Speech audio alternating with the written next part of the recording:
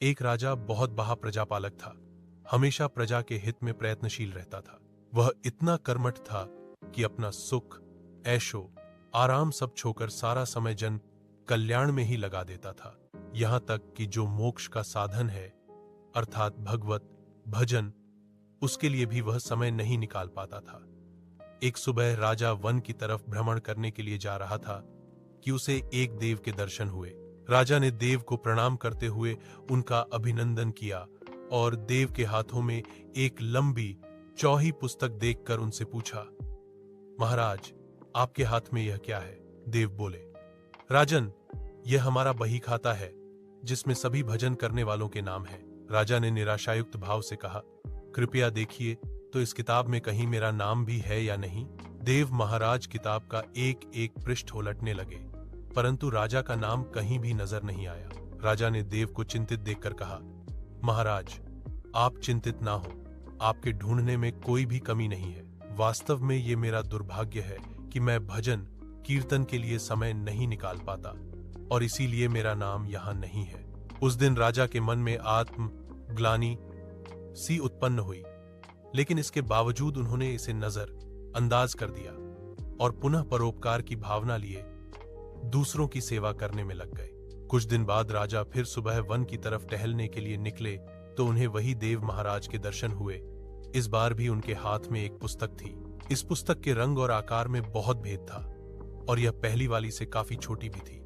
राजा ने फिर उन्हें प्रणाम करते हुए पूछा, महाराज, आज कौन सा बही खाता आपने हाथों में लिया हुआ है? देव ने कहा, राजन, आज के बही खाते में उन लोगों का नाम लिखा है जो ईश्वर को सबसे अधिक प्रिय हैं। राजा ने कहा, कितने भाग्यशाली होंगे वे लोग। निश्चित ही वे दिन रात भगवत भजन में लीन रहते होंगे।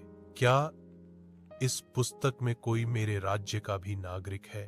देव महाराज ने बही खाता खोला और ये क्या, पहले पन्ने पर पहला नाम राजा का ही था। राजा ने आश्चर्यचकित होकर पूछा, महाराज, मेरा नाम इसमें कैसे लिखा हुआ है? मैं तो मंदिर भी कभी कभार ही जाता हूं। देव ने कहा, राजन, इसमें आश्चर्य की क्या बात है? जो लोग निष्काम होकर संसार की सेवा करते हैं, जो लोग संसार के उपकार में अपना जीवन अर्पण करते हैं, जो लोग मुक्ति का लोभ भी त्याग कर प्रभु के निर्बल संतानों की सेवा सहायता में अपना योगदान देते हैं, उन त्यागी महापुरुषों का भजन स्वयं ईश्वर करता है। ऐ राजन, तू मत पछता कि तू पूजा पाठ नहीं करता, लोगों की सेवा कर। तू असल में भगवान की ही पूजा करता है। परोपकार और निस्वार्थ लोक सेवा किसी भी उपासना से बढ़कर है। देव ने वेदों का उदाहरण देते हुए कहा, कुर्वन्नेवेह कर्माणि जिजीविषेच्छन समाह एवांतवाप नान्यतो अस्ति व कर्म लिप्यते नरे। अर्थात कर्म करते हुए 100 वर्ष जीने की इच्छा करो तो कर्म बंधन में लिप्त हो जाओगे। राजन, भगवान दीन दयालु हैं, उन्हें खुशामद नहीं भाती बल्कि आचरण भाता है। सच्ची भक्ति तो यही है कि परोपकार करो, दीन दुखियों का हित साधन करो। अनाथ, विधवा, किसान व निर्धन आज अत्याचारियों से सताए जाते हैं, इनकी यथाशक्ति सहायता और सेवा करो, और यही परम भक्ति है। राजा को आज देव के माध्यम से बहुत बाग ज्ञान मिल चुका था और अब राजा भी समझ गया कि परोपकार से बाग कुछ भी नहीं, और जो परोपकार करते हैं वही भगवान के सबसे प्रिय होते हैं। मित्रों, जो व्यक्ति निस्वार्थ भाव से लोगों की सेवा करने के लिए आगे आते हैं, परमात्मा हर समय उनके कल्याण के लिए यत्न करता है।